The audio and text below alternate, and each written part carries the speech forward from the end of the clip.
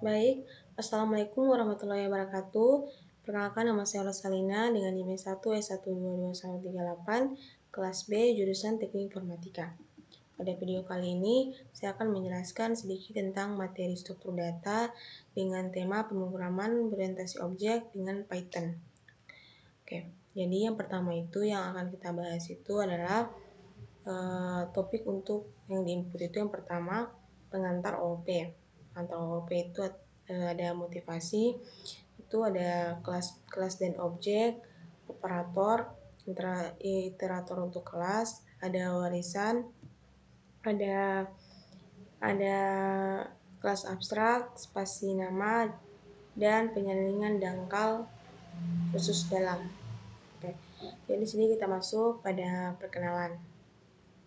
Yang pertama yaitu apa itu pemrograman berorientasi objek atau OOP.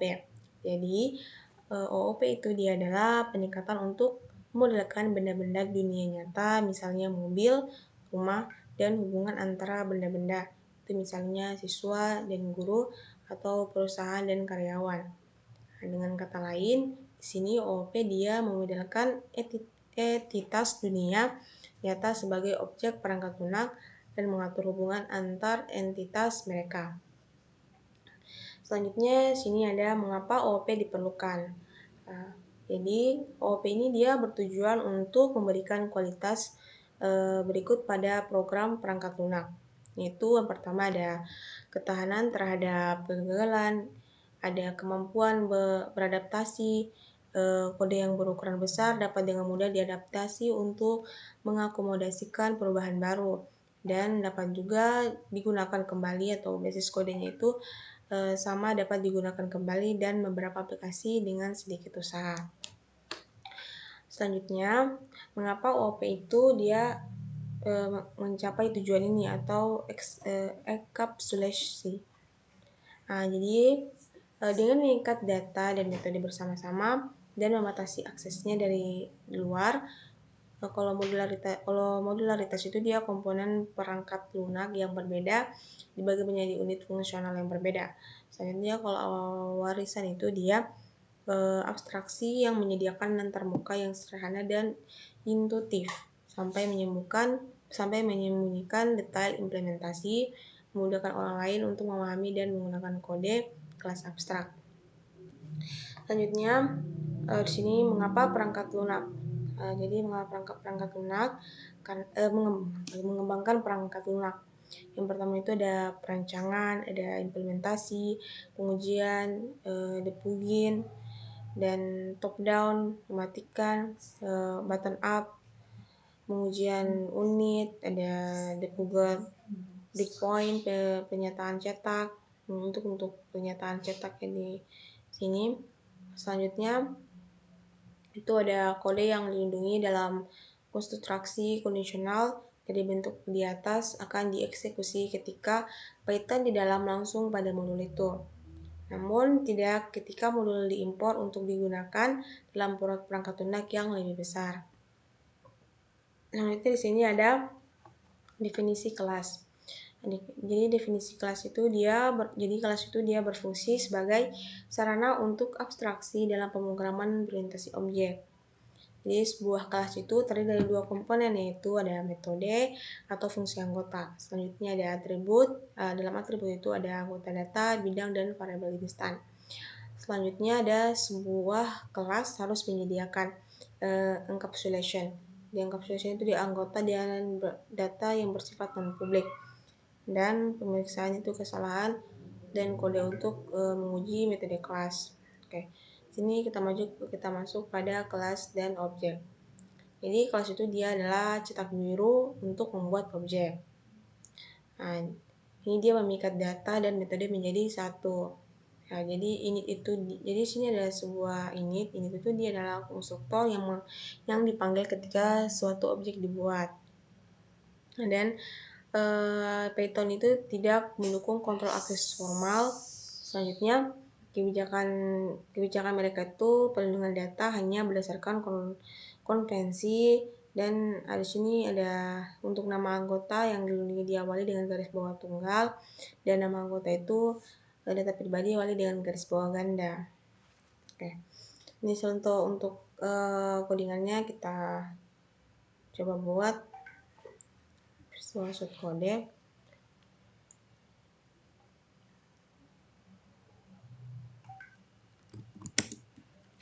Sini tadi namanya ada kelas person,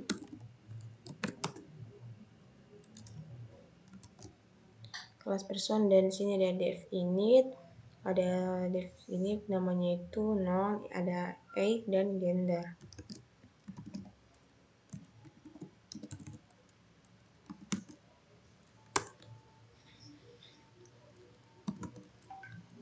Ada non dan ada age non dan ada gender sama dengan non juga.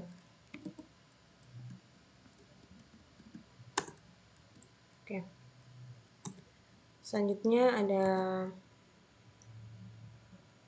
sini kita kasih masuk untuk self name-nya sama dengan name.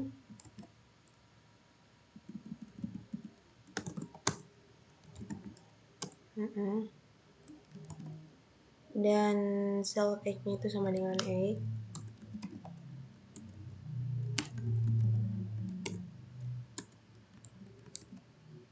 Dan gendernya itu dia bersifat privat. Ini seperti tadi penjelasannya bahwa kalau nama anggotanya itu dia bersifat privat, dia digaris bawahi menjadi ganda, garis bawahnya itu menjadi ganda.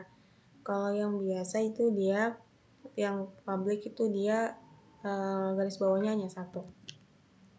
Oke, jadi kita lihat lagi, self gender sama dengan gender.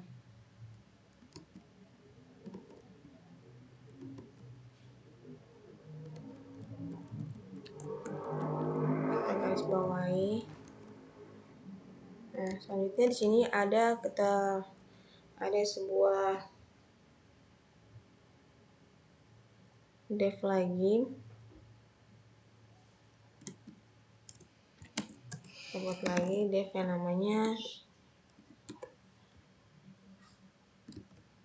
itu dia get attribute.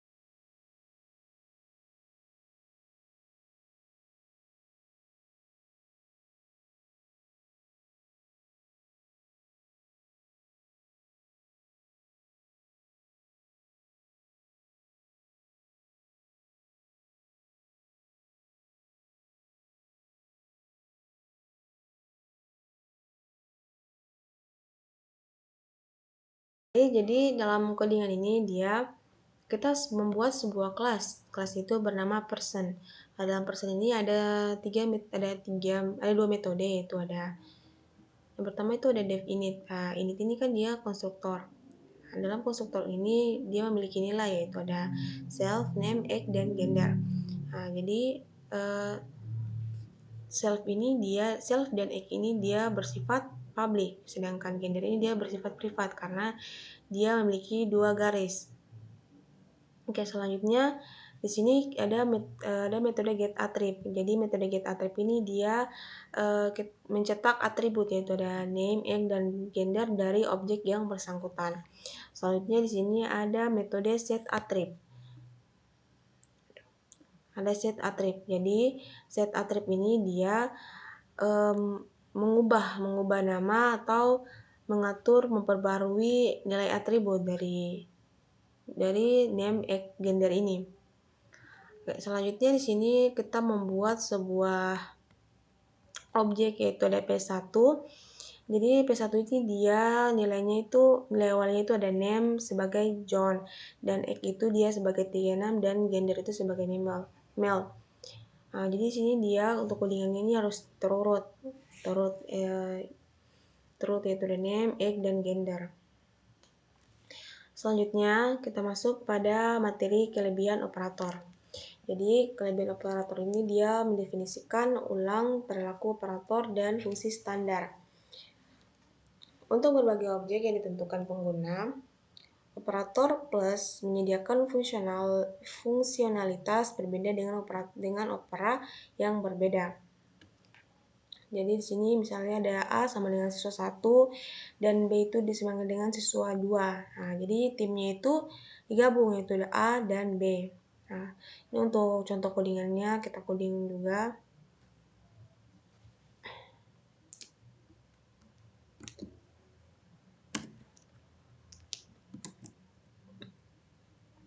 Di sini kita print sebuah kalimat, yaitu ada 2 tambah 3.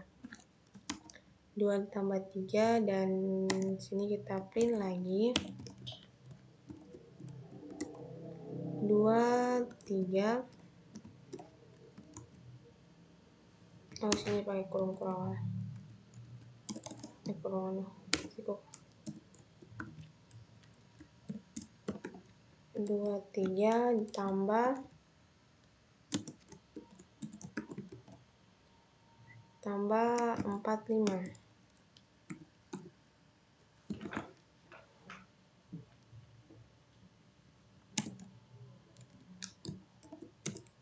Selanjutnya kita masukkan itu ada A sama dengan 2, 3, 4, 5.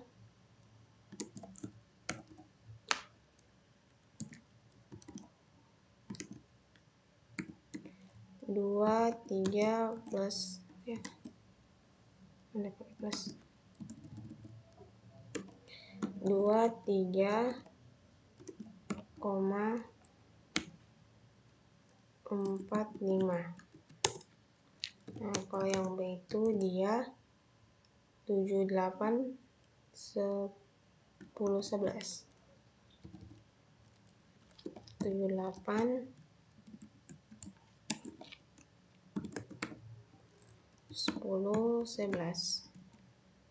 Oke, selanjutnya untuk yang C dia A plus B. A plus B, sini kita print C. Dan kita print lagi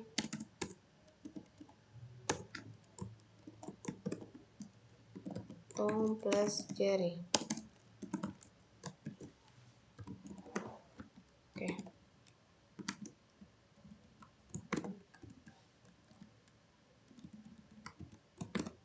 Oke, ini kita bisa jalankan. Jadi kalau di sini kita print untuk di sini yang pertama itu dia ada 2 tambah 3. Jadi 2 tambah 3 itu kan 5. Jadi outputnya itu 5. Selanjutnya di sini kita print lagi ada 2, 3, dan kita tambahkan lagi angka 4 sama 5. Jadi di sini ada variabel, ada variabel A, B, dan C. Jadi variabel A itu dia menambahkan yaitu ada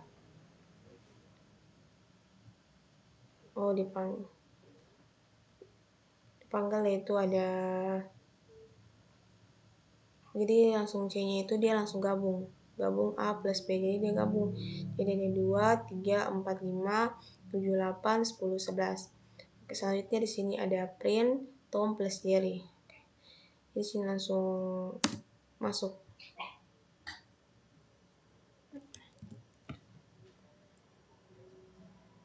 Langsung menggabungkan nilai. Selanjutnya kita masuk pada operator kelebihan beban melalui metode yang bernama khusus. Jadi, perilaku operator standar dan fungsi bawaan dalam Python dapat didefinisikan ulang untuk kelas baru menggunakan metode bernama khusus. Contohnya, plus operator kelebihan beban dengan mengimplementasikan metode bernama add. Selanjutnya ada kelebihan beban non-operator. STR-foo kelebihan beban untuk suatu objek dengan mengimplementasikan metode foo string. Dalam kelas foo yang ditentukan, pengguna dapat diperlukan sebagai variabel bol dengan mengimplementasikan metode foo dan bol. Yang ketiga, jika metode khusus tertentu tidak diimplementasikan dalam kelas yang ditentukan pengguna, sintaks standar yang bergantung pada metode tersebut akan memunculkan pengecualian. Misalnya, A tambah B akan memunculkan kesalahan jika add tidak ditemukan. Ini ada common sintaksnya. Ada kita pakai add semuanya. Sub, ada mul, ada true div, ada full div. Selanjutnya kita masuk pada contoh operator kelebihan beban untuk kelas vektor.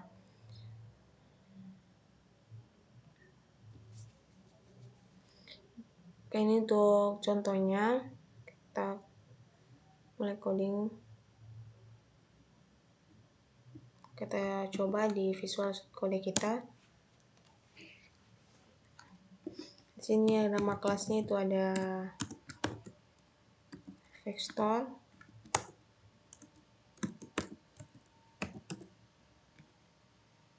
Dan ada operator init self sama dengan koma D.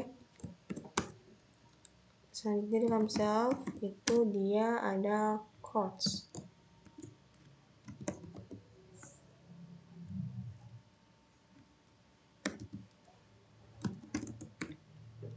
Quotesnya dimulai dari indeks ke 0 dan D.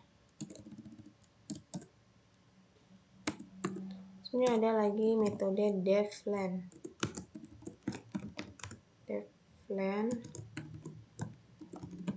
self return self quotes.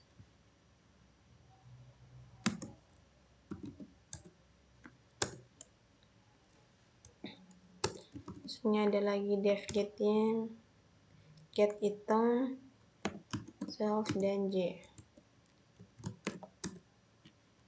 Ada enter self course J. Dan ada lagi def set item J dan file.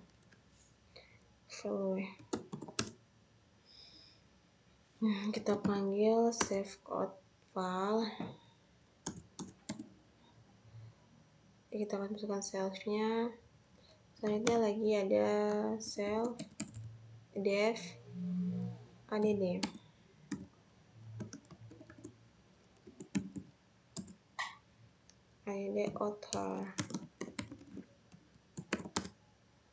author dan ada iflen. Jika iflen self itu dia tidak sama dengan len author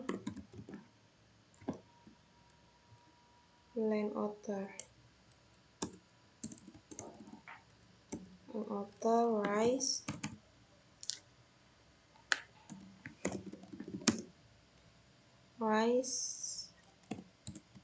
value error.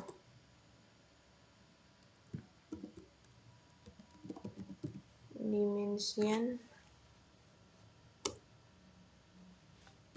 must agree.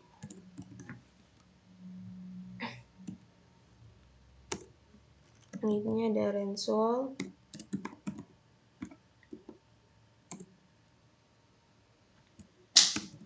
sama dengan vector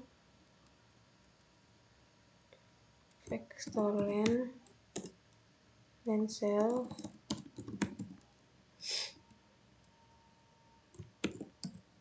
dan perulangan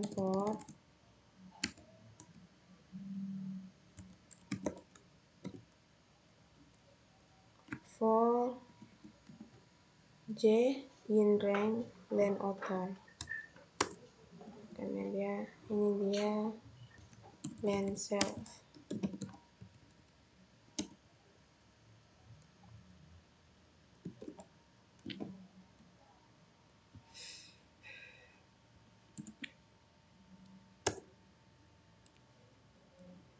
Salah. If selanjutnya ada Renzo J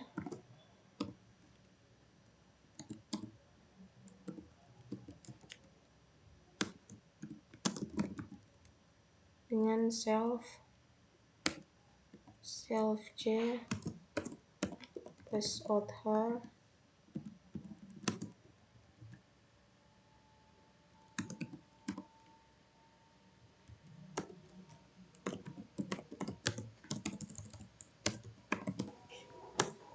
Anton Ro Resor.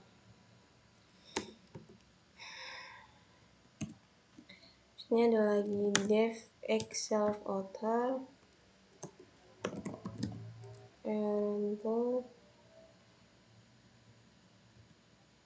Anton self course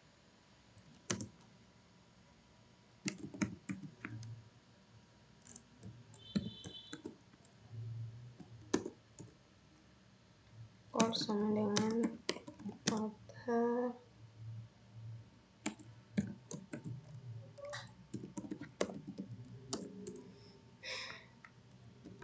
ini lagi def and self author Ventor not self sama dengan author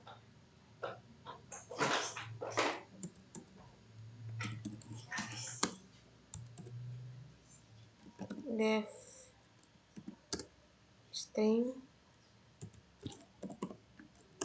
Ventor str self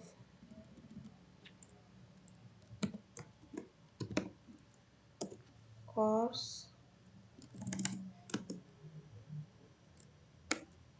1 bagi min 1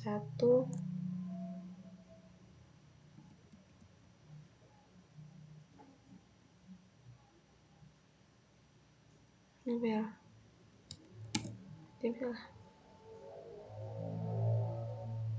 plus str self titik course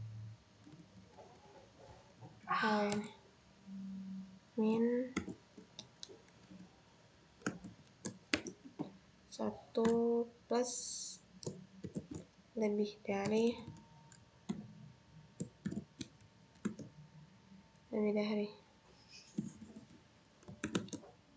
oke, kita jalankan. Oke, masuk. Ini karena belum dipanggil.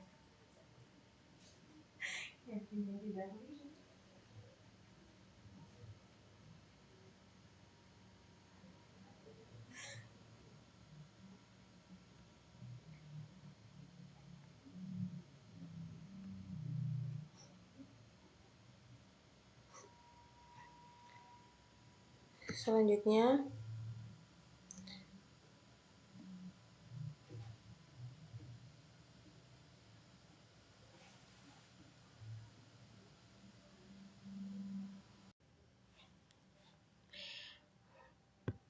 Jadi pada codingan ini yang pertama itu ada sebuah kelas itu namanya vektor, dan jadi kelas vektor ini dia menerima sebuah konstruktor satu argumen yaitu D yang menentukan panjang vektor atribut, yaitu ada course yang diinisialisasi sebagai daftar yang berisi D elemen yang diawali dengan indeks yang ke 0.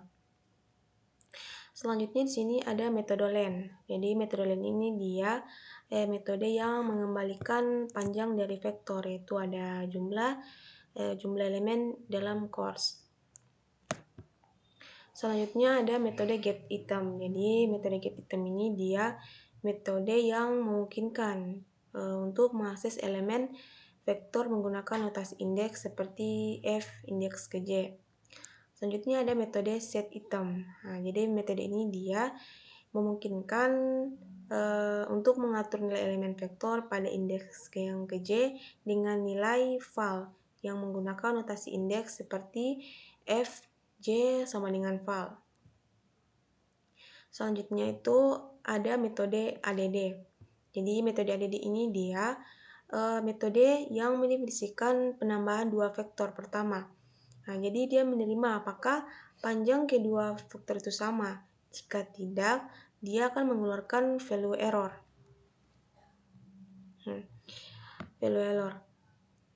Jika sama, ia membuat vektor hasil result dan menambahkan elemen-elemen yang sesuai dari kedua vektor dan menyimpannya dalam result, dan metode ini dia mengembalikan vektor hasil.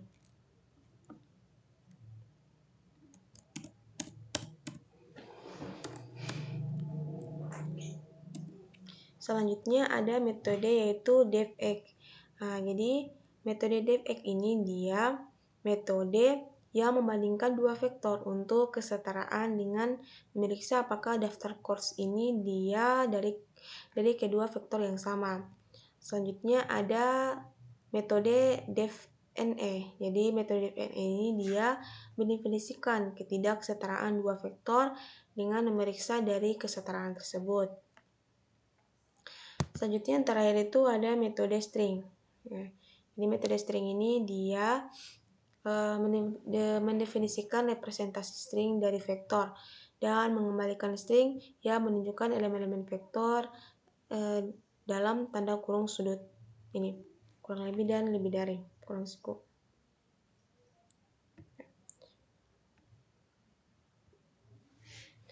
Selanjutnya kita masuk pada iterator untuk kelas. Jadi sebuah iterator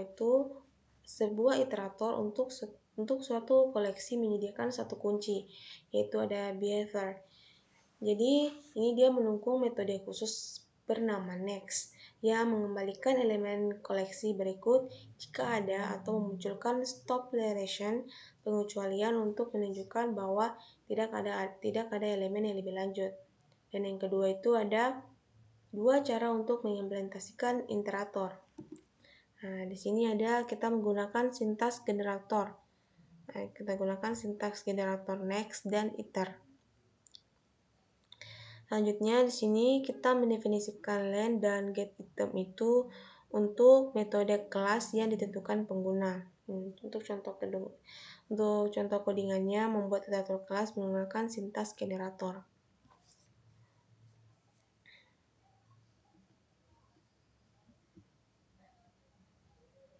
Selanjutnya di sini ada membuat iterator kelas menggunakan fungsi len dan get item.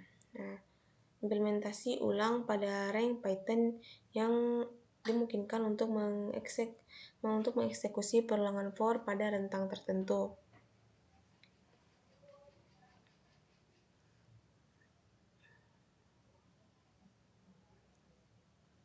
Selanjutnya di sini ada warisan. Cara alami untuk mengatur berbagai komponen struktural paket perangkat lunak adalah secara hierarkis. Jadi fungsi abstrak serupa dikelompokkan bersama secara singkat demi tingkat, dan abstraksi berubah dari yang spesifik ke lebih umum ketika seseorang melintasi hierarki. Dan warisan ini dia memungkinkan kelas baru yang disebut dengan subkelas dan anak kelas. Untuk didefinisikan berdasarkan kelas yang ada, kelas dasar, kelas induk, dan superkelas dengan sebagai titik awal. Dan subkelas dapat mengkhususkan perilaku yang sudah ada dengan menyediakan implementasi baru yang menggantikan metode yang sudah ada. Selanjutnya, sebuah subkelas juga dapat memperluas superkelasnya sebesar menyediakan metode baru.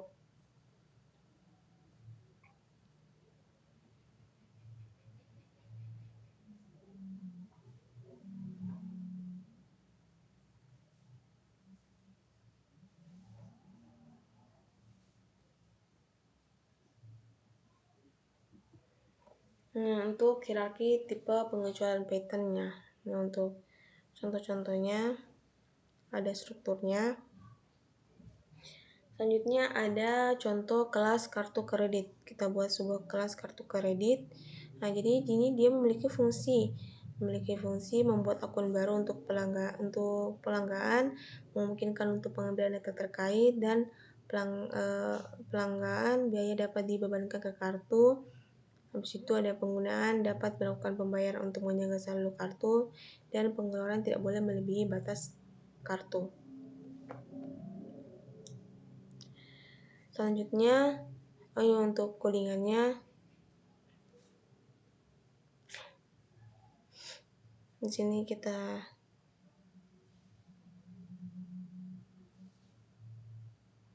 buat codingannya.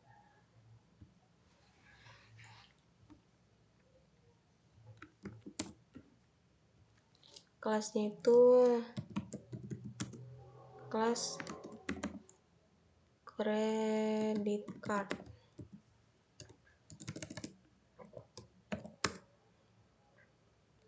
Dan di sini ada dev initnya, self itu ada kita pakai ada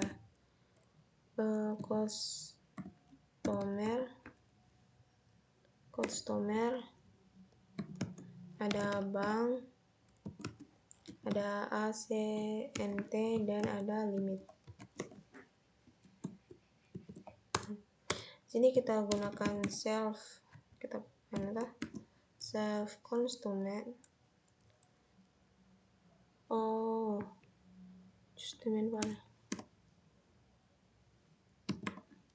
Customer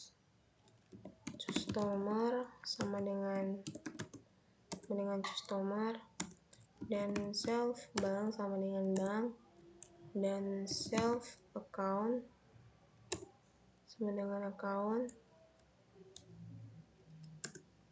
dan self limit sama dengan limit. Dan ada lagi self balance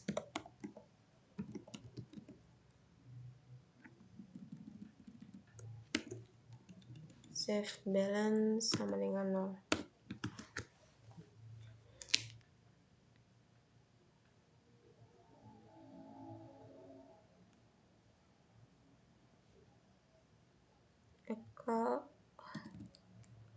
Self account.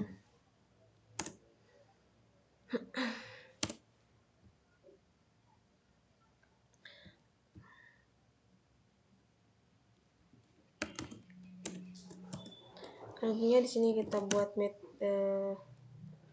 sebuah metode, itu ada namanya get customer function. Get customer. Kita buat sebuah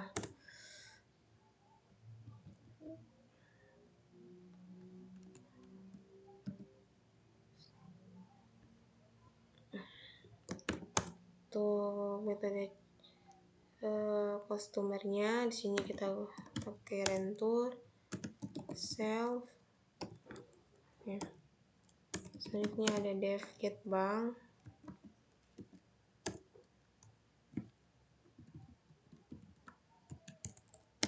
kita pakai ya self,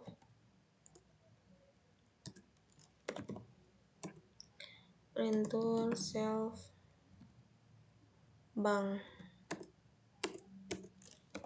Selanjutnya ada dev get account self renter self account. Selanjutnya def limit, get limit self, renter self balance.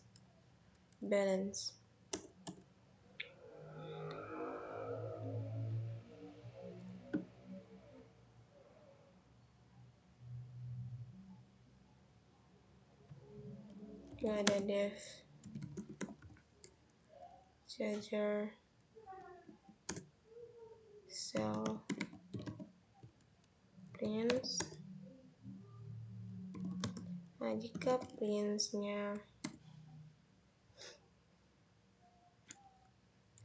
prince-nya itu tambah self titik balance lebih dari self titik limit, enternya dia false.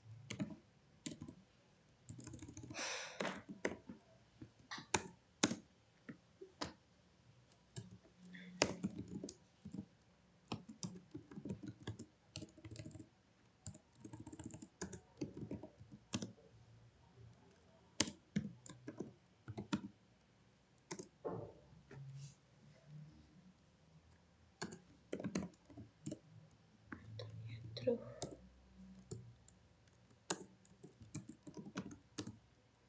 Lagi def make payment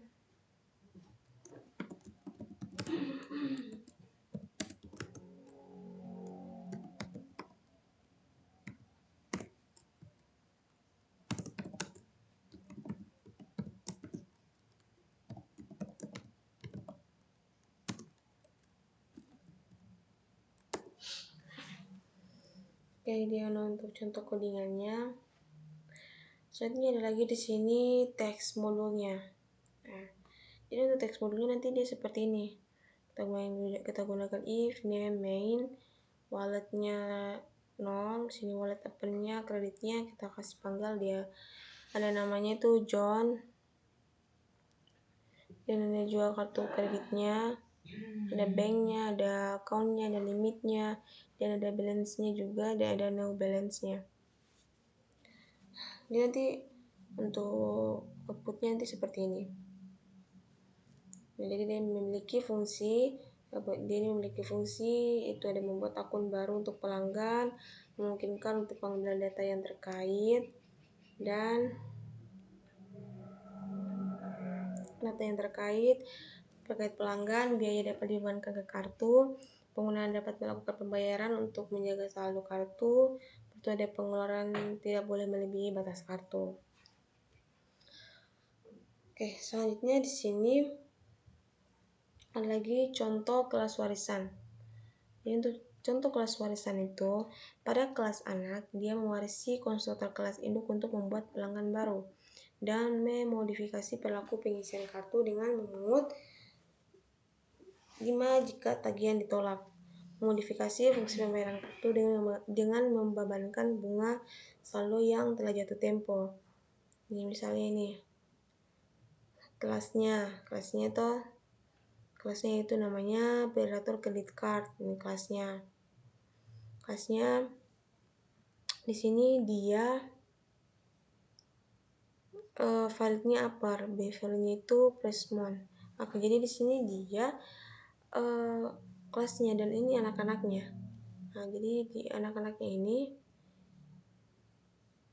dia memiliki ada kelas feel dan ada kelas behavior.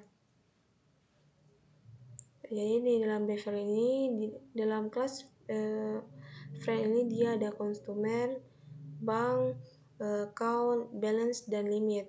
Oke, selanjutnya kalau untuk di behaviorsnya ini dia ada get consumer, ada get bank, ada get account, ada make payment, dan ada get balance, ada get limit, dan price-nya. Jadi selanjutnya di sini ada contoh warisan lainnya, yaitu ada kemajuan. Jadi kelas dasar ini menghasilkan urutan umum. Ia menggunakan sintaks generator next, iter untuk menyediakan kemampuan iterasi. Nah, di sini dia ada sebuah kelas anak, itu ada 3 untuk memperluaskan kelas dasar ini. Nah,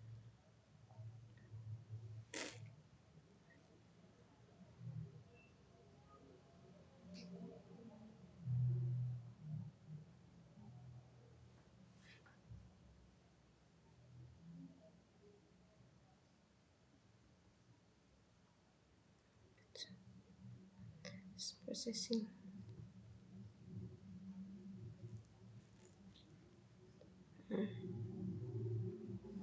Oke, seperti ini. Misalnya ini lagi ada kelas progression. Nah, kelas progression.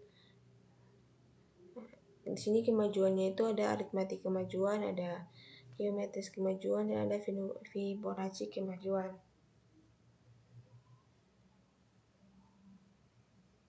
Ini untuk codingan perkembangan aritmatikanya, ini untuk codingan pengembangan geometrisnya, dan ini untuk pengembangan Fibonacci-nya.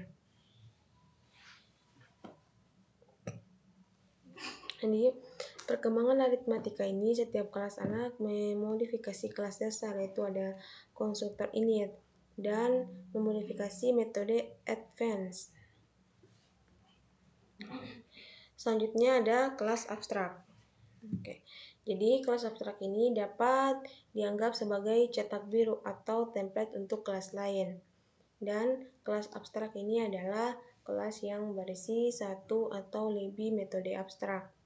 Selanjutnya ada metode abstrak adalah metode yang memiliki deklarasi tetapi tidak ada implementasi. Dan kelas abstrak itu tidak dapat dipakai dan dibutuhkan subkelas kelas anak untuk menyediakan implementasi. Selanjutnya, kelas abstrak diperlukan untuk menyediakan abstraksi atau antarmuka yang disederhanakan API sambil menyembunyikan implementasi yang mendasarinya. Selanjutnya ada Python menyediakan kelas abstrak dengan mendeklarasi kelas dasar abstrak A, B, C yang dapat diwarisi oleh kelas turunan lainnya. Ini contohnya, ini ada abstrak method. Nah, ini dia mewajibkan untuk mendefinisikan ulang metode di kelas anak. Ini dia ada bahkan metode abstrak method nih. Ini contoh 1, ini contoh 2-nya.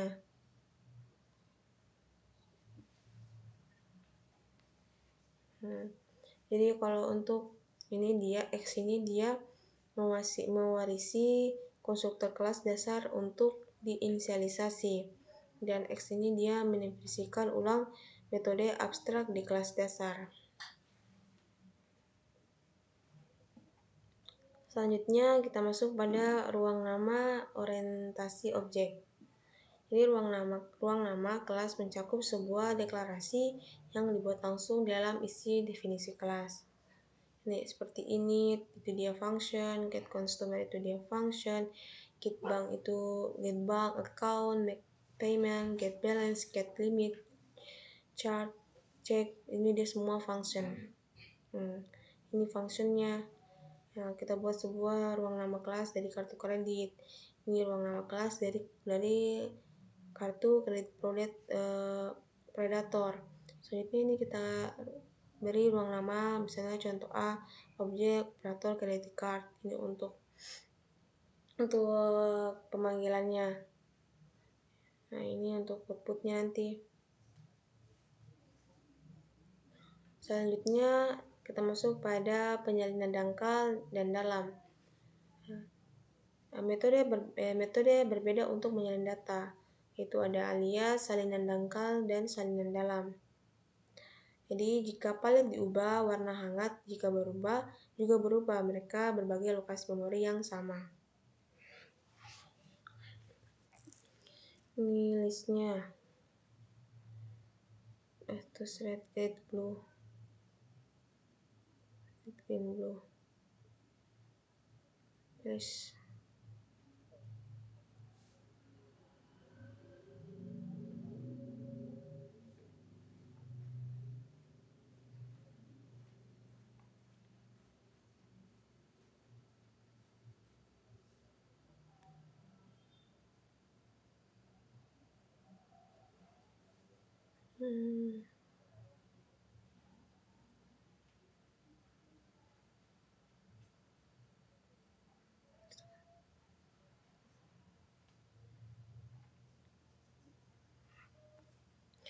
Jadi di sini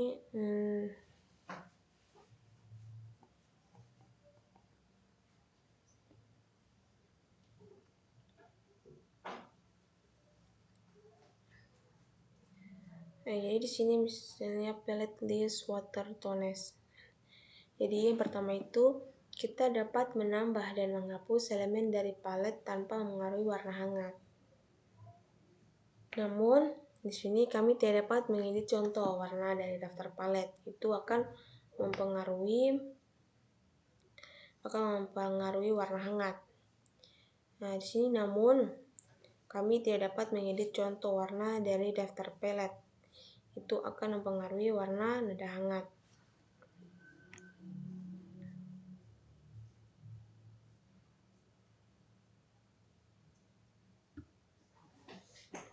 Warna nada hangat. Selanjutnya, meskipun merupakan daftar yang berbeda, tetap alias tidak langsung. Misalnya palet indeks 0 dan nada hangat itu indeks 0 sebagai alias untuk contoh warna yang hangat. Selanjutnya ini palet sama dengan copy, deep copy atau warm tones. Jadi dalam deep copy, salinan baru merujuk pada salinan sendiri dan salinan yang dirujuk oleh versi aslinya. Nah, ini merupakan lokasi memori yang terpisah untuk dua salinan. Nah, kedua salinan dapat dimodifikasi secara independen tanpa mempengaruhi satu sama lain.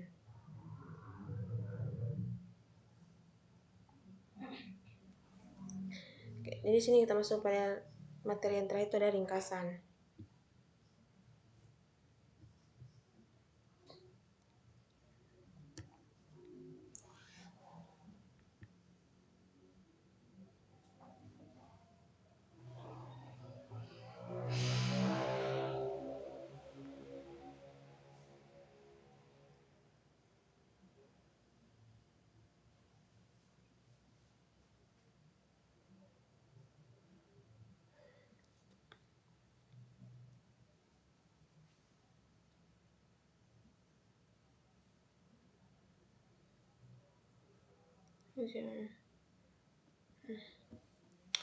Langsung kita masuk pada ringkasan. Dalam modul ini kita membahas hal yang berikut, yaitu ada apa itu OOP dan mengapa diperlukan. Habis itu bagaimana cara membuat kelas dari objek. Habis itu bagaimana cara membebani operator dan fungsi standar untuk kelas yang ditentukan penggunaan. Dan bagaimana menyusun program melalui warisan, dan bagaimana cara membuat dan menggunakan kelas abstrak. Dan perbedaan antara penyalinan dangkal dan dalam.